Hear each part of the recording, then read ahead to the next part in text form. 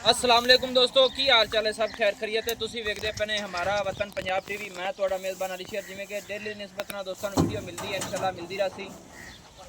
आए मेरे दोस्त आए ने हासिलपुर तो छोटी दी वीडियो लगी हुई सी, उन्होंने सौदा होया है। बाकी बयाना दे के वो तो कोशिश की कि भाई नूं मिलांगे। बड़ी मैनू खुशी हुई। अल्लाह पाक उन्होंने सेहत देवे, अल्लाह खुश रखे, खैर खरीयत नाल अल्लाह लाया है। खैर खरीयत नाल अल्लाह पाक ना दे डेरे ते इन्हां लै जावे, अपनी दुआ है। ते नसीब तो मुकदरा की गल होंदी है।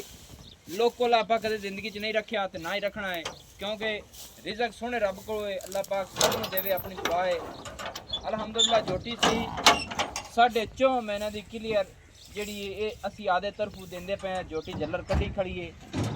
अगा मालिक की लफाज भी की, डॉक्टर नूं भी सदावा से, लेकिन मालिका ने कहा भी नहीं है, हाथ नहीं बगाना चाहिए, झोटी जलर कटी खड़ी है। क्यों भाई जान इस तरह की गल है? हाँ जी। कोई आने कोई दिक्कत कोई प्रॉब्लम तो नहीं बनी? अग मौके ते गए लैन वास्ते। अल्लाह के हुक्म नाल अपनी शुरू तो कोशिश है कि जेड़ा दोस्त बह के लेंदा इंशाल्लाह दुआ करदा कि जेड़े दोस्त मेरे लै गए ने जानवर वो अज भी मैनू काला करते हैं। साल डेढ़ सवा होंदा भी है कि जानवर लब, लेकिन इस बार आम जानवर नहीं है। ते सोने रब को सारा कुछ दोस्तों। यह गड्डी हासिलपुर दी अल्लाह पाक इस अज में वक्त लावे, बाग लावे। इत थोड़ी जी भुख होंदी है, यानी कि पट्ठियां का राज नहीं होंदा। मज्झां नूं इंशाल्लाह पट्ठे पुट्ठे लब्भण अल्लाह सोहणे दे हुक्म दे नाल पूरियां नित्तर जांदियां ने कि नीली दियां ने। ते बाकी नसीब की गल होंदी है। लो जी मोड़ो जी। हुण खाना जनाब तुसीं नहीं खाद्या तो अल्लाह कर रखे, मैं हुण तुहाडे कोल चक्कर लावांगा।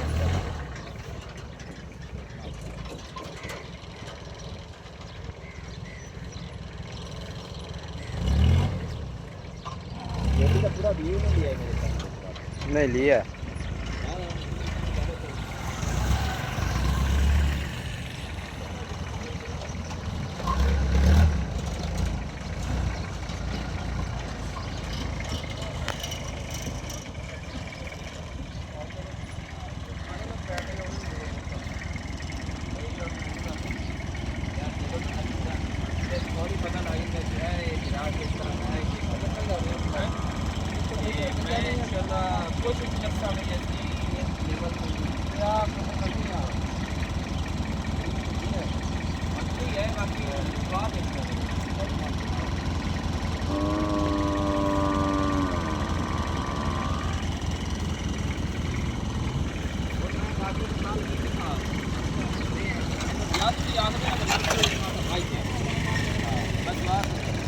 अल्लाह पाक इसे बात चलावे, अल्लाह पाक सुल्तानी बात चलावे। खैर करिए ना पहुंच मैं वैसे ही काफी अच्छा